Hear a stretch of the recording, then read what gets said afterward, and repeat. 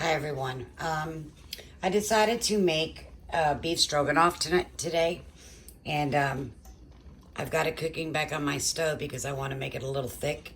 But I had used my instant pot to cook down my meat. So I used stew meat with a little bit of the beef flavor that I showed you, and I just tip of the teaspoon of that and enough water to cover the meat. And I put fresh mushrooms in it. And before I forget, I had put this in the any beef, like when I make a London broil. I meant to tell you guys earlier, it's really, really, really good. So you can marinate your meat with that and fresh garlic. So that's out of the way.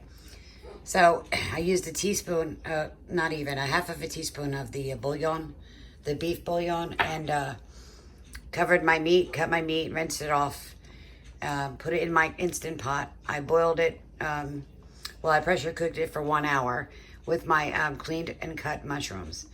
So this is that now. So I'm gonna add a little, to make it a little thicker.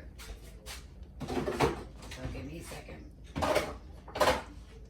And I'll be doing homemade funnel cakes here in a little bit. So I'll be back on again for you. So anyway, I've got my beef. That's fork tender because I put it in the pressure pot. If you don't have a pressure pot, just boil it like I did the other day, remember, for 2 hours. So what I'm going to do is I'm going to add some sour cream, and I have that much taken out, so it's probably about 10 ounces of sour cream. Just add that to there.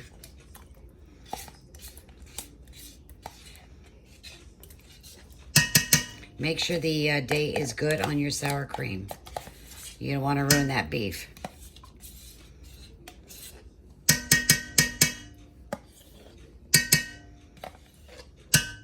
So it's probably about a cup and a half. Give that a good wiggle. And remember, I taught you how to make gravy. Now you could do what you want. You could use flour. I don't. I've been cooking for so many years, and I don't know. It's just sometimes I use it. I use it to make my morning sausage and gravy and biscuits, but so anyway, just mix that down. And you see it's nice and juicy, and it looks so good. It smells so delicious. Anyway, so I got a half cup of water. I'm going to turn my heat up. I have about 2 tablespoons of cornstarch. I'll put that in there. I'm going to let it do its thing. So I had made noodles earlier, and they're just sitting here, so I got a little basil in it. Parsley, rather. Anyway, that was parsley. But anyway, so I put salt and pepper, fresh parsley, Italian seasonings. And Italian seasonings you could buy in any, any aisle that has where the flour and the sugar, and it just says Italian seasoning. Somebody asked me that. So, anyway, so salt, pepper. I seared my meat first, okay? And I rinsed it first. Then I seared it.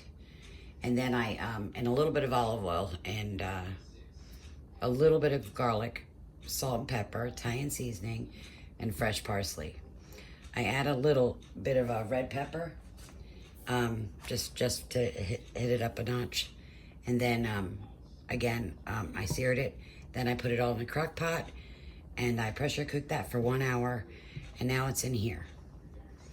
So, you see that's getting a little heated up here.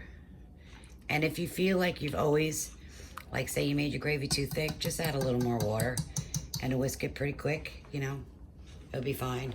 If you didn't add enough, then go back to that little bit of water and cornstarch. So you got to bring it to a boil to let it get thick. But as you can see here, I'm getting ready to do, hold on, see my oil right there? That's corn oil that I'm using. I'll be making funnel cakes here in a few minutes for you. But I gotta feed my family first. So as this starts to get a little thick, you want to lower the flame. And don't forget, when you put your noodles in here, it grabs every juice. That pasta really just grabs all the juice. And you got to be careful with that, because if you leave it too dry and then put your noodles in, it's going to be a tough situation. But if you let that boil for a few, you see how much liquid I have in that? You always want to make sure you have enough juice. Like my dad always said, zoogie. Gotta have zoogie. Smells very good. I love beef stroganoff. I don't know why, but I was craving it, so I decided to make it. And if you can't find a good stew meat, which is very rare to find, you can get a roast and cut it down. You could use beef roast. You can use a London broil. I've used London broil. It's a little tougher meat as far as like, you know, cooking it in this. But again, if you boil it with enough water to cover the meat for 2 hours, you're going to get that tender. And if not, you could use your pressure cooker or your Instant Pot.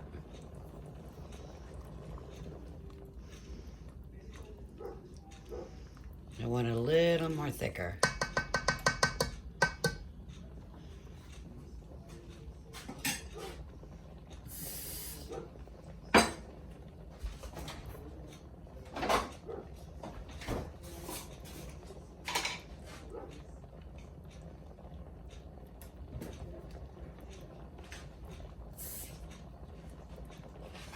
So I went back and got another tablespoon of cornstarch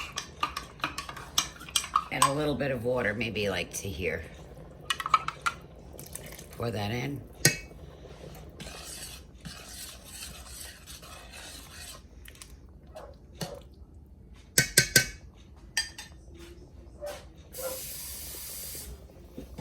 Ladies, just clean as you go. You know, it just makes it easier for you in the kitchen.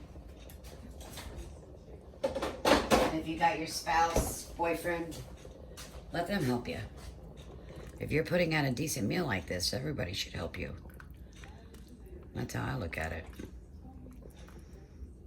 I used to have one kid setting the table and one on the dishes and one drying it. And everybody helped. And I made them watch me and help me in the kitchen so they learned. Can't learn by sitting in the living room. So they wouldn't starve to death. I've made, you know that saying, stone soup? Yeah, I think I've made that quite a few times.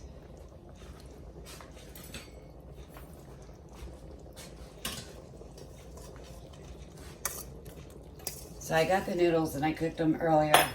So I use the egg noodles. I like them a lot, the no egg yolk noodles. And they're really good. So I cook my pasta in a little bit of salt and some olive oil. The salt makes it cook faster and the oil stops it from sticking together.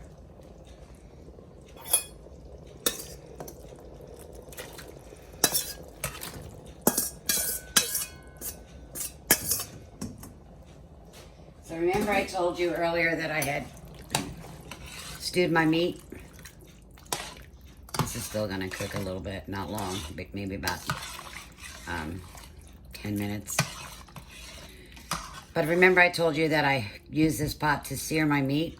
I also use the same pot without rinsing it because it was just the flavor of the beef.